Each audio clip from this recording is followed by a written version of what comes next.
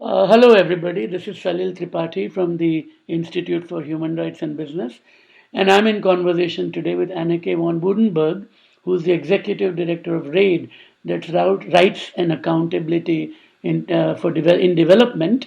This is an organization that has done phenomenal work over the years in trying to get remedy for victims of human rights abuses.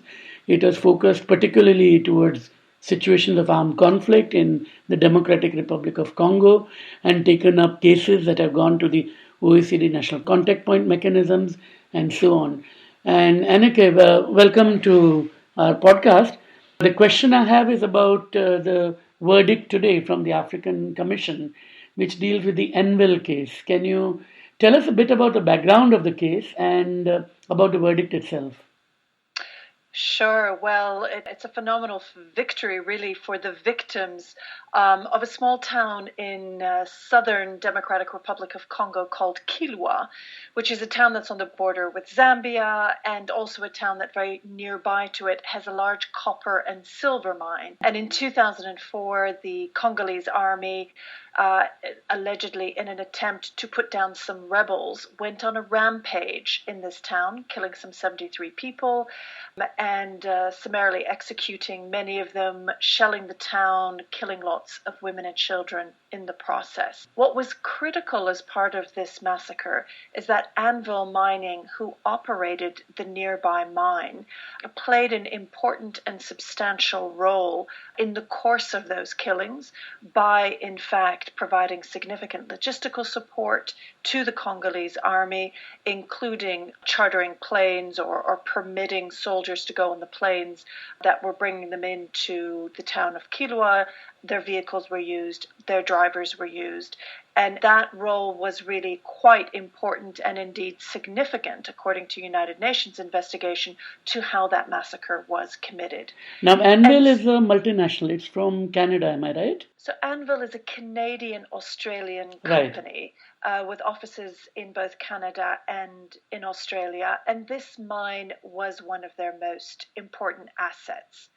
And since that day, the victims have tried to find justice. The United Nations documented the crimes in thorough detail in two reports. And there was then, after significant pressure from RAID as well as local Congolese human rights organizations, the Congolese authorities, through a military court, did start proceedings, both against the soldiers themselves, but also against Anvil Mining Company employees, three of them, in fact. But there was political interference in the trial, and it came to nothing. And in fact, the charges against the Anvil Mining staff were dropped, and the soldiers were exonerated. And it was that particular failure to get any kind of justice locally that pushed RAID and the victims to try elsewhere, both in Canada and Australia, and then eventually at the African Commission for Human and People's Rights. So tell us about the Canadian and Australian cases, because I believe one of the senior executives, maybe the CEO, made some remarks in an Australian television program, which at one point were very controversial. Well, yes, indeed. So there were, of course, two different tracks to the Right. judicial action. One was criminal. So there was pressure put by RAID and others that the Australian Federal Police open an investigation. They did so, and frankly, significant personnel changes over the course of 6 years. The dossier just passed from pillar to post, from one person to the next, and really nothing ever substantial came of that. But there was a television documentary done in Australia, which really pushed initially the Australian police to look into it. And in that documentary, indeed, the CEO of Anvil Mining was really quite belligerent, saying, so what if we helped to fly in army soldiers? So what if they stayed at our base? Really, this had nothing to do with us, and our conscience is clear, and we have nothing to answer for. Then, so in Australia, the criminal proceedings went nowhere, and then In the spite of that, in victims. spite of those self incriminating statements.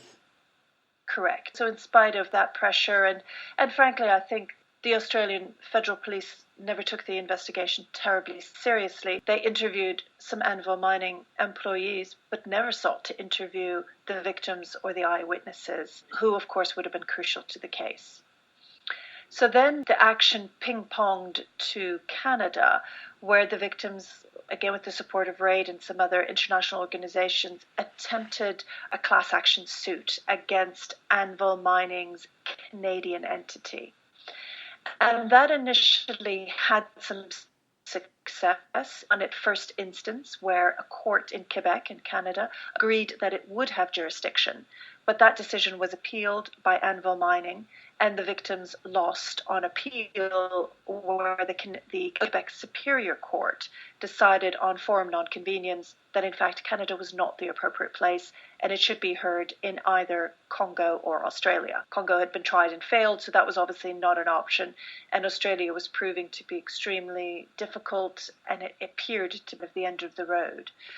So then the victims, again together with RAID and other human rights organizations, effectively made a last-ditch attempt at the African Commission. And that was filed in 2010.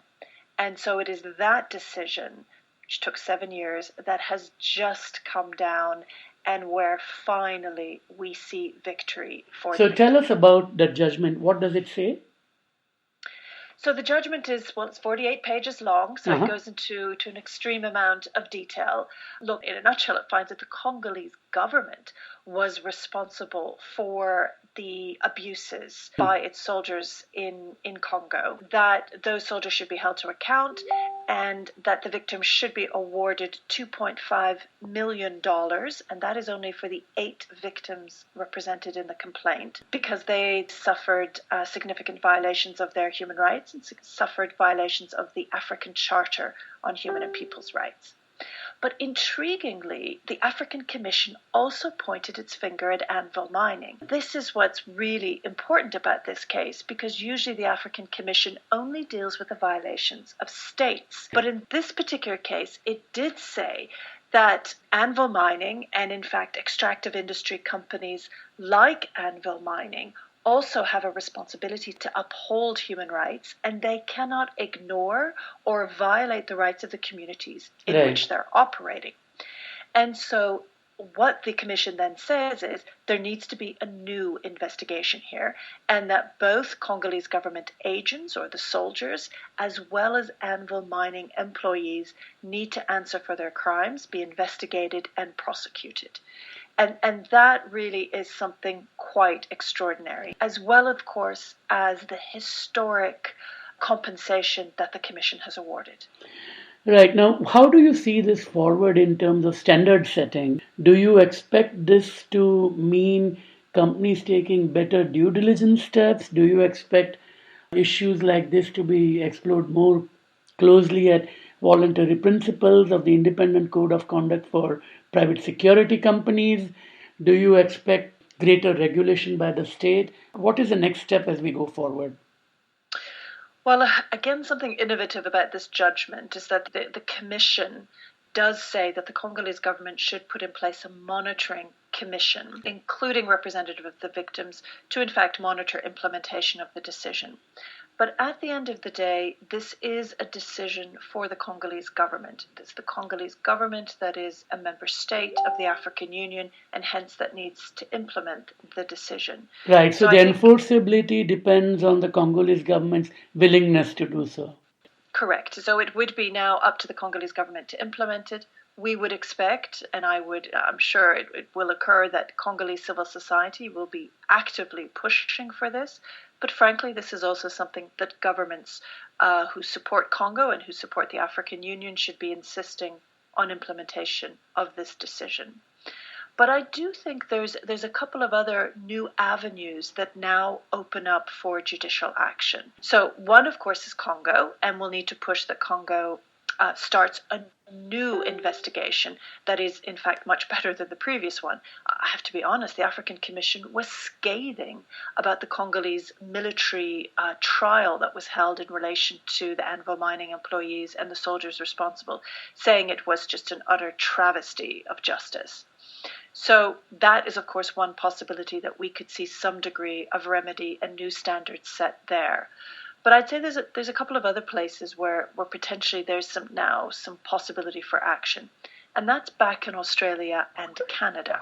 Both criminal prosecutions or criminal investigations in those two countries largely stalled or were stopped because they said Congo's held a trial. Congo has decided no one's guilty, case closed. Well, actually, now we have a decision that says it was a travesty of justice. And so I don't think either of those two investigations can hide any longer behind this facade that Congo has taken action. What African commissioners clearly have said is that was not action and it was not appropriate. So I think we should be seeing and we should be urging now for both the Australian police as well as the Canadian police to pull their investigations off the shelf again and do those much more seriously. And that will therefore mean that the African Commission decision, if that occurs, will have been critical in fact urging for and pushing action in other jurisdictions who were hiding behind a faulty judicial process. Now, I mean, this is my final question, but it kind of takes us to the next step. That if we look at, companies in Nigeria, in Indonesia, in Colombia, in Sudan, and so on, we have a history of encounters where we have abusive security forces and a corporation which, whether or not it intends to, ends up being implicated in these situations. And there has always been a problem about a remedy. I mean, Alien Tort Claims Act was everybody's hope, but that is increasingly narrowed in scope. We have a lot of conversation. You've been part of some, that I've been part of some, and we've all been talking about the whole issue of remedy and the treaty that everybody's looking forward to for business and human rights. Do you think this case points out the need for clear global rules? And if so, what do you expect out of that? Look, I still think the Anvil case has become emblematic of how hard it is for victims to get remedy. They've ping-ponged between jurisdictions. We now have this decision by the African Commission that finds in favor of the victims, but which is extremely difficult to enforce. So at the end of the day, will these victims get the compensation to which they're due and the collective remedies that the Commission decided on, such as an apology from the government, reburial of victims buried in mass graves, recognition of the harms they've suffered, trauma counseling, etc. I still think that will be an uphill struggle. So what I think we have here is an important moral victory, but we still see huge gaps in actual remedy for the victims. Right. And this decision today does not mean that tomorrow these victims have compensation in their bank accounts, or that their loved ones are being reburied, or that there's recognition by the Congolese government of these crimes. I think we're still a long way off on that. But what I think is interesting here is an African body of the African Union pointing its finger at a mining company and also saying, you need to be held to account for what happened. And that's pretty rare. Now let's work to make sure that these kinds of decisions are enforced. And I think that remains a challenge that all of us in our work face. And, we have so few victories in this work. So congratulations for all the great work you and earlier Trisha has done in this regard. And thanks again, and wonderful talking to you. Great. Thank you very much, Salil.